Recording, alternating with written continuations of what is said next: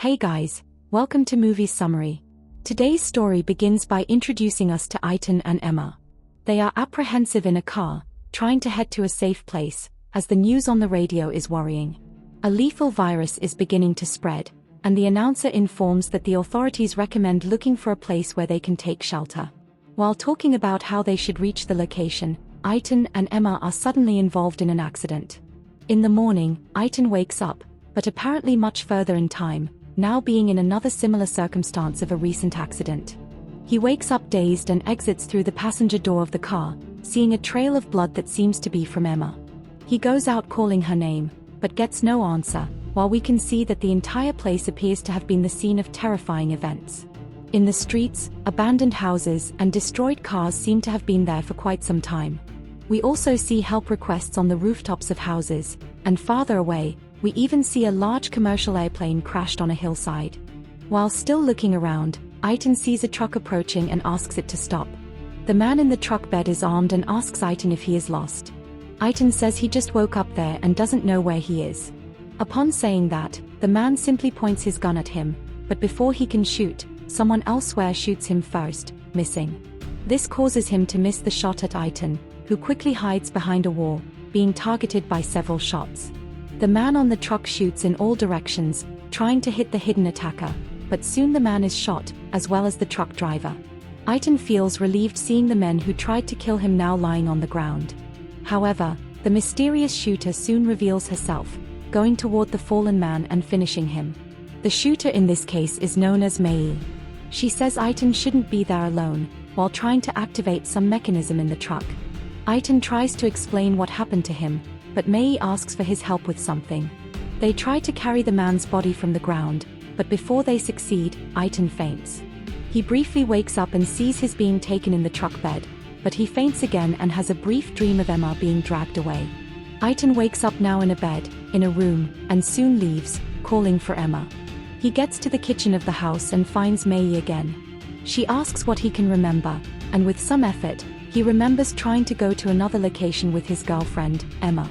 Itan can't remember more than that and is astonished by what happened to the world, seeing news clippings on a wall.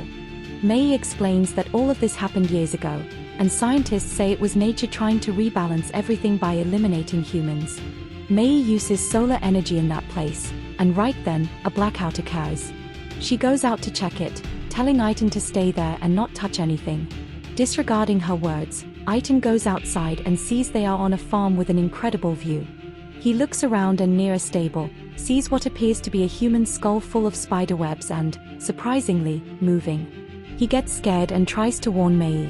Mei, already used to the skull's presence, says it's just Meital, and sarcastically says she's fine, as long as no one gets too close.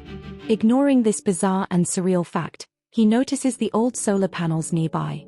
He seems to understand about them and asks to take a look. Identifying the problem, he quickly fixes it but nearly faints again. He does his best not to react rudely to Mei's lifestyle but cannot hide his shock when she pulls a dead skunk from a trap and says tonight's dinner will be good. Back inside, she locks the door with several bolts and tells Itan not to snoop around as all rooms are full of traps. He begins to ask what kind of traps, but stops when he sees her drawing a gun quickly and pointing it at him. His shock increases when she places the gun in his hand and asks him to pull the trigger. He refuses, and she congratulates him for the right decision, showing there are tricks even in the gun, like the red part of its mechanism. He would have been in trouble had he shot. After dinner, Itan thanks her for the hospitality and says he needs to go find his girlfriend. But Mei won't let her hospitality go unpaid and asks for his help generating energy by pedaling. While he sweats on the bike, she drinks and puts on a record. As soon as he mentions looking for Emma, she cuts the subject and insists he dances with her. Itan is embarrassed to refuse but feels increasingly uncomfortable. Beneath the tough facade, it's evident Mei is very lonely and looking for company. She suggests a new hobby every time he tries to leave. After the dance, it's a card game. Eventually, late at night, she says she can't let him out at that hour, it's too dangerous, and promises to help find Emma the next day. She takes him to the guest room. As she goes to sleep, Itan starts thinking about his girlfriend, who must be very worried waiting for him. His memory is still foggy, and he seems to recall things in confusing flashes. The place they were heading to when the accident happened was a cabin near a lake. The couple's plan was to go straight there if anything went wrong and they got separated. Ignoring the warnings about going out at night, he decides to steal the truck. After all, it's already stolen. It's a long road to the cabin, and there are no other cars in sight. Itan seems tired and nearly loses control of the wheel while dozing off, but at least a road sign says the lake is near. Before arriving, he seems to lose consciousness again for a few moments and wakes up with the car parked in front of the cabin. Several boards have been nailed to block the door, and no one answers when he calls his girlfriend's name. Removing one of the boards, he breaks the glass to open the latch and enters. When he starts calling again, the person who appears in the hallway is not Emma. Her name is Dialine, and the boy hiding behind the sofa is Sam, in a state of alert like everyone he has encountered so far. She points her gun at him and makes him drop the crowbar. Itan discovers the reason for such worry when the sound of heavy footsteps announces a visitor, and something unexplainable appears at the door. The creature looks like a human skeleton covered in moss, with a tuft of weeds coming from its back. Dialine runs to close the door, and Itan has to help her because the creature is very strong. The fingers of its monstrous hand end up rolling across the floor when the door slams shut. However, due to Itan's recent break-in, the zombie manages to break the other window and grab Dialine's head before destroying the rest of the door. She drops her weapon in shock, but Itan finds out it's not loaded when he tries to use it.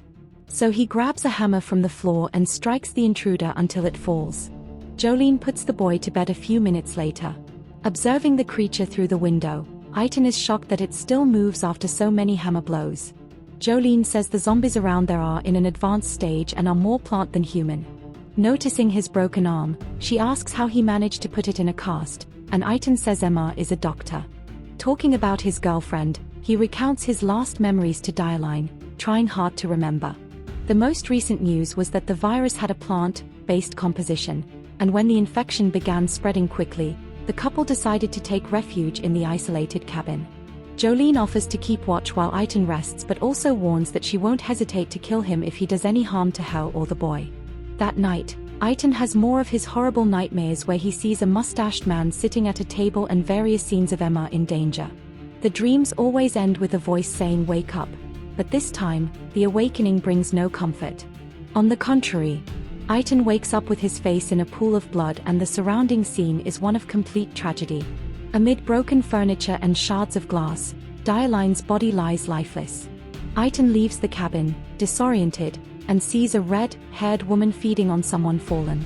She doesn't look much like the zombie from the night before, as if she had been infected more recently. When she moves away, Itan gets closer to the victim and sees that it is the boy Sam. Itan recognizes him, but his image flashes in his mind along with terrible images of Dialine screaming his name. When the redhead reappears right next to him, she doesn't attack. The woman seems to be trying to communicate with him but cannot produce any sound besides distressed squeals, until a gunshot suddenly brings her down. We then see that the one who shot was Mei, approaching with a firm stride and once again dressed for combat. The redhead is already moaning loudly when Mei arrives and shoots again. Seeing her also shoot Sam, Itan asks if that is really necessary, and Mei assures him it is, explaining that the two will rise again soon, and her shots are only buying time while she enters the cabin to deal with Dialine too. Itan sees a birdhouse with a symbol identical to Emma's tattoo. When he decides to inspect the object, the piece in front of the house comes loose, revealing a package. By this point, Mei has already realized that Itan doesn't remember anything from the day before. He doesn't pay much attention when she introduces herself because what's inside the package is a cell phone, and he sees that Emma recorded a video for him. Crying, his girlfriend says that his amnesia is getting worse and she doesn't know how much longer she can take it. Itan is also in the video, sleeping behind her. Emma says the world has changed and people are different now, but just as she's about to give important advice, the battery dies. He screams in frustration, and Mei begs him to be quiet, saying too much noise can attract the creatures. She says she has a cell phone charger at home and suggests he go with her. Itan doesn't trust the invitation or the fact that she appeared at the cabin, as he genuinely doesn't remember, not even the truck he himself drove to the cabin. When he complimented the vehicle as if he'd never seen it before, Mei regretted that she couldn't use it now because an idiot left the battery on. Resigned to pedaling back home, she bends down to grab the bike and drops her glasses on the ground. Seeing the lens is broken, Mei curses and comments that she had to kill a lot of people to get those glasses, not sure if it's a joke. Itan tries to be polite with the strange woman and explains that he suffers from amnesia. Mei responds that she knows, revealing that they already know each other. After pedaling for several kilometers, they cover the last stretch on foot and pass various zombies in different transformation stages. Itan tries to make conversation and asks Mei if she's married. Not much in the mood to talk, she just says her partner is dead. Arriving in the city, Itan suddenly stops in front of a gas station that often appears in his nightmares. Then we see that the building's facade brings back a memory. He sees himself arriving with Emma and saying he will protect her.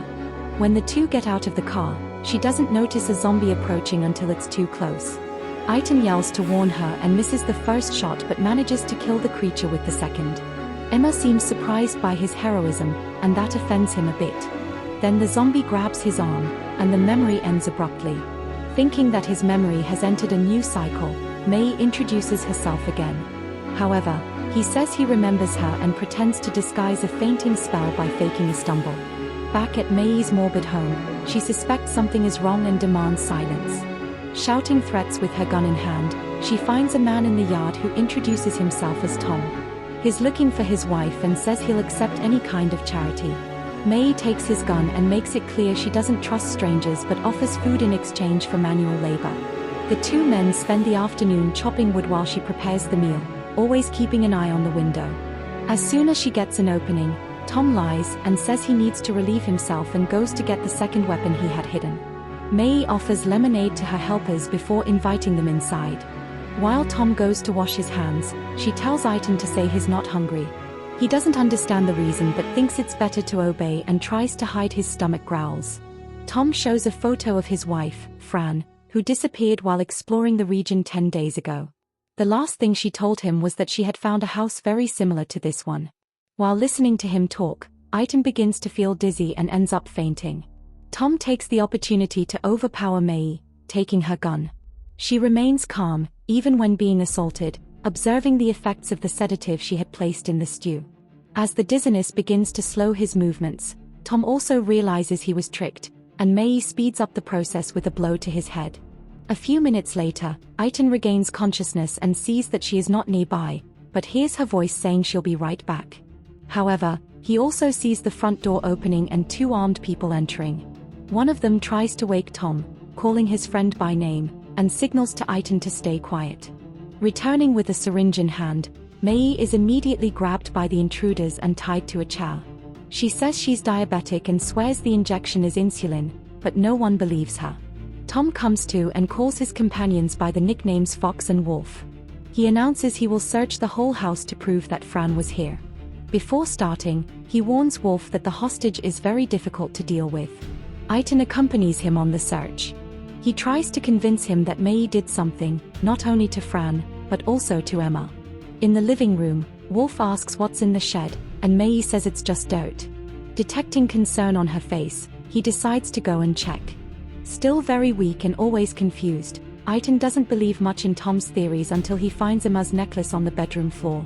Furious, Tom comes downstairs with a suitcase and dumps the contents on the table, several ID cards, wallets, documents, and random trinkets. A collection that couldn't have belonged to just one person. It looks more like the result of a long gathering effort.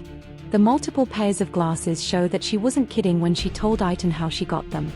Then Fox draws Tom's attention to Fran's necklace among the objects, and Tom becomes completely distraught. At that moment, Itan goes to Mei with a gun and demands that she tell the truth about Emma. She says the girl died a long time ago but denies being responsible for it. Fox decides to join Wolf, who is breaking the barn's padlock with an axe.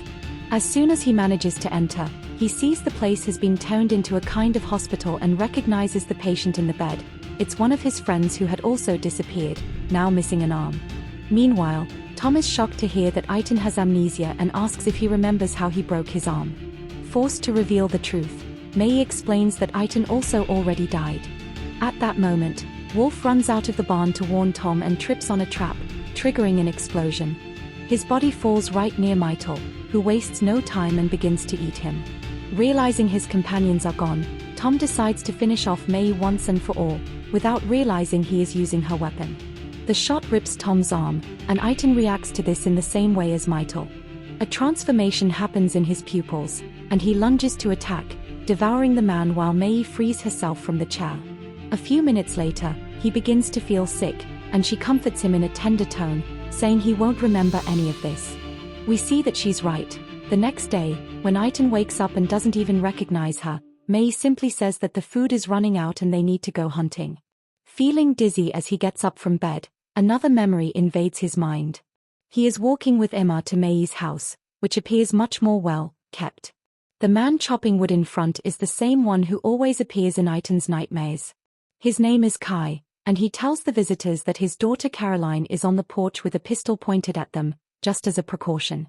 Emma explains that they had an accident on the road and begs for shelter or at least some food. Kai agrees to help, but only after making sure the visitors aren't infected. The inspection is quick, and he doesn't suspect the arm. Speaking with his daughter, he repeats the family mantra that teaches to trust only after checking. The girl lets slip that this is important because of what happened with her brother Bob, but the father just changes the subject. He decides to welcome the couple, and the three chat for a bit in the living room. Kai shows himself to be a very religious man with firm opinions. He doesn't like the theory that the virus is nature reclaiming what's hers. From a more conservative view, he believes it's a divine sign that man must return to essential things like faith and family. When that memory ends, Itan is already outside the house helping Mei with the hunt. Looking at his left arm, he finds the color of the heart drawn on the cast strange. His mind flashes through several similar images where the heart is always red, and in some, there are tally marks just below the drawing. The current heart is green, and the tally count is at 20. Mei turns around when she hears Itan cocking the gun. He says he got the heart's color wrong and is shocked when she replies that the red marker ran out. Realizing that this has already happened many times, the truth is that Itan was bitten on the arm that day when he saved Emma. That's what the cast has been hiding all this time.